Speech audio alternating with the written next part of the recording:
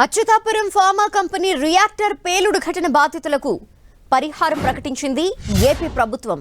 ప్రమాదంలో మృతి చెందిన వారికి ₹1 కోటి అందించనున్నట్టు తెలిపారు విశాఖ కలెక్టర్ హరీంద్ర ప్రసాద్.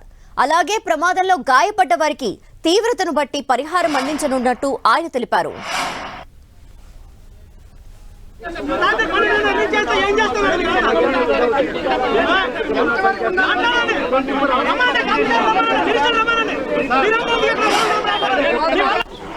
జిల్లా కలెక్టర్ మరియు ఎస్పీ గారితో మాట్లాడి అక్కడ ఉన్న డెడ్ బాడీస్ అన్ని కూడా మనం ఇక్కడ షూట్ చేయడం జరిగింది. వాళ్ళకు మనం కోరుతూ ఉన్నాము ఈ విధంగా మీ ప్లీజ్ ఇన్ఫస్ట్ అని.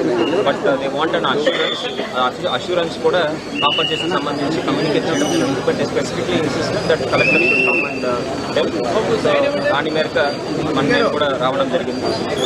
₹1 కోటి చనిపోయిన ప్రతి కుటుంబ సభ్యులకి వాళ్ళ లీగల్ హ్యాస్ అందజేయడం జరిగింది.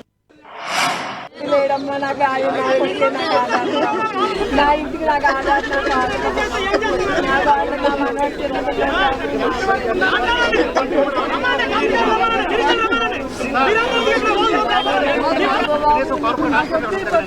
అక్కడ కార్పొరేట్ హాస్పిటల్ గారు ఉంటే ఈ రోజు పనులు జరగకపోతుంది సార్. ఇంటి గవర్నమెంట్ వచ్చే లాస్ట్ గవర్నమెంట్ లో కూడా లేదు. అచ్యుతాపురం ఫార్మా కంపెనీ బాధితులకు ప్రభుత్వం ఎక్స్గ్రేషియా ప్రకటించింది. దీనికి సంబంధించిన డీటెయిల్స్ మా ప్రతినిధి బాలు అందిస్తారు. బాలు, ధనలక్ష్మి, అచ్యుతాపురం సంబంధించిన ఫార్మా కంపెనీ పేలుడు ఘటనలో ఇప్పటికే సుమారు 1800 వరకు మృతి చెందారు. అందులో 13 సంబంధించిన మృతదేహాలు ఏవైతే విశాఖకు సంబంధించిన కేజీహెచ్ మార్చురీలో ఉన్నాయి. ఈ మార్చురీకి సంబంధించి ఇప్పుడు అర్ధరాత్రి మొత్తం తరలించడం జరిగింది. అయితే మా మృతదేహాల యొక్క పంచనామాకైతే కుటుంబ సభ్యులు కూడా ఎవరూ ఒప్పుకోవడం లేదు. దీనికి సంబంధించి తమకు న్యాయం జరిగేంత వరకు కూడా తాము బాడీలకి సంబంధించి పోస్ట్ మార్టానికి పంచనామాకైతే తాము ఒప్పుకోమని చెప్పేసి అటు అధికారులకైతే తేల్చి చెప్తున్నారు. మరోవైపు బాధితులకు ఎటువంటి సమాచారం ఇవ్వడం లేదంటూ కూడా బాధితులు ఆందోళన చేస్తున్న పరిస్థితి ప్రస్తుతం మనకు కనిపిస్తూ ఉంది.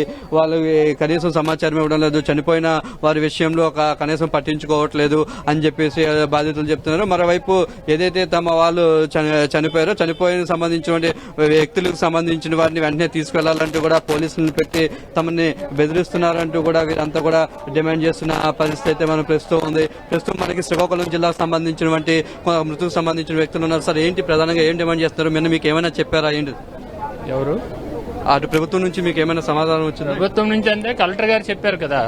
కలెక్టర్ గారు మీ మీడియాకి చెప్పారు. ఇక్కడ బాధితుల తాలూకా బంధువులకి, తల్లిదండ్రులకి అందరికి కూడా ప్రభుత్వం నుంచి కానీ ఫ్యాక్టరీ నుంచి కానీ ₹1 కోటి ఎక్స్పెన్సేషన్ ఇస్తారని కలెక్టర్ గారు చెప్పేసి వెళ్ళడం జరిగింది.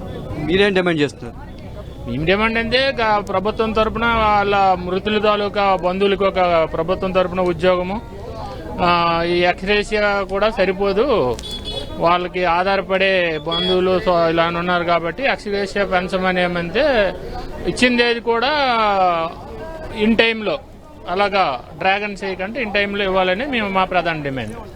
ఇది ఏదైతే ప్రభుత్వం ఒక పక్క ప్రకటించిందని చెప్పటికి కలెక్టర్ సంబంధించి ప్రభుత్వం నుంచి అధికారికంగా రావాలి. ఇది డిస్ట్రిక్ట్లు మారిపోతున్నాయి. విశాఖ డిస్ట్రిక్ట్ ఇప్పుడు ప్రకటించిన వ్యక్తి విశాఖ డిస్ట్రిక్ట్ కలెక్టర్ మనకు ప్రమాదం జరిగింది సంబంధించి అనకాపల్లికి సంబంధించిన ఘటన కాబట్టి రేపు పొద్దున్న వెంటనే పరిహారం అందకపోతే రేపు పొద్దున్న పరిహారం సంబంధించిన లేట్ అయితే ఎవరిని అడిగే పరిస్థితి ఉండదు. విశాఖ కలెక్టర్ దగ్గరికి వస్తే వారు పట్టించుకునే పరిస్థితి ఉండదు. కాబట్టి తమకు న్యాయం చేయాలని చెప్పేసి వీరంతా డిమాండ్ చేస్తున్నారు. వెంటనే తమకు సంబంధించిన ఎక్స్గ్రేషియా సంబంధించి ప్రకటించాలని చెప్పేసి వారు కోరుతా ఉన్నారు.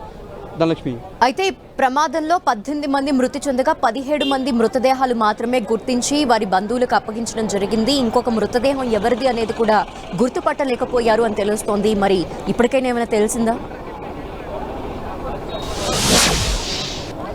మృతదేహాలకు సంబంధించి ఇప్పటికీ అంటే 13 మృతదేహాలు కేజీహెచ్ రాగా మిగిలిన మృతదేహాలన్నీ కూడా అనకాపల్లి హాస్పిటల్లో ఉన్నాయి. వీటన్నిటికీ ఆ మృతదేహాలకు సంబంధించినటువంటి డీటెయిల్స్ అయితే కొంటున్నారు. కొంత డీటెయిల్స్ అయితే తీసుకొని ప్రతి ఒక్క ఏదైతే బాడీ ఉందో ప్రతి బాడీకి ఒక ఎస్ఐని అయితే అటాచ్ చేశారు. ఎస్ఐకి సంబంధించినటువంటి మొత్తం వివరాలు సేకరించే పనులు అయితే వారంతా ఉన్నారు. ప్రస్తుతానికైతే మిగిలిన బాడీలు గుర్తించినప్పటికీ కూడా ఎవరికి కూడా బాడీకి సంబంధించినటువంటి చూపించడం కానీ ఇవేం జరగట్లేదని చెప్పేసి ఇక్కడ బాధితులు చెప్తున్న పరిస్థితి ఉంది. బాధితులంతా కూడా అక్కడ వెయిట్ చేస్తున్నారు. వాటి ఎవరైతే మృతులు ఉన్నారో మృతుల తల్లిదండ్రులు కానీ అతని కుటుంబ సభ్యులు కానీ వీరందరూ కూడా అధికారులు ఎప్పుడు వస్తారు, అధికారులు తమ వ్యక్తికి ఎప్పుడు పంచనామా చేస్తారు, ఈ కాంపన్సేషన్ సంబంధించినటువంటి వివరాలు పూర్తిగా తెలియచేయాలి, వీటన్నిటి కోసం అని చెప్పేసి వారంతా కూడా వెయిట్ చేస్తూ ఉన్న పరిస్థితి. చంద్రబాబు మరి కాసేపట్లోనే విశాఖ రానున్నారు. విశాఖ వచ్చిన తర్వాత ఆయన ఒక స్పష్టమైన ప్రకటన వచ్చిన తర్వాత అయితే బాడీలకు సంబంధించినటువంటి పోస్ట్ మార్టం అయితే ముందు వెళ్లే అవకాశం కనిపిస్తుంది ధనలక్ష్మి.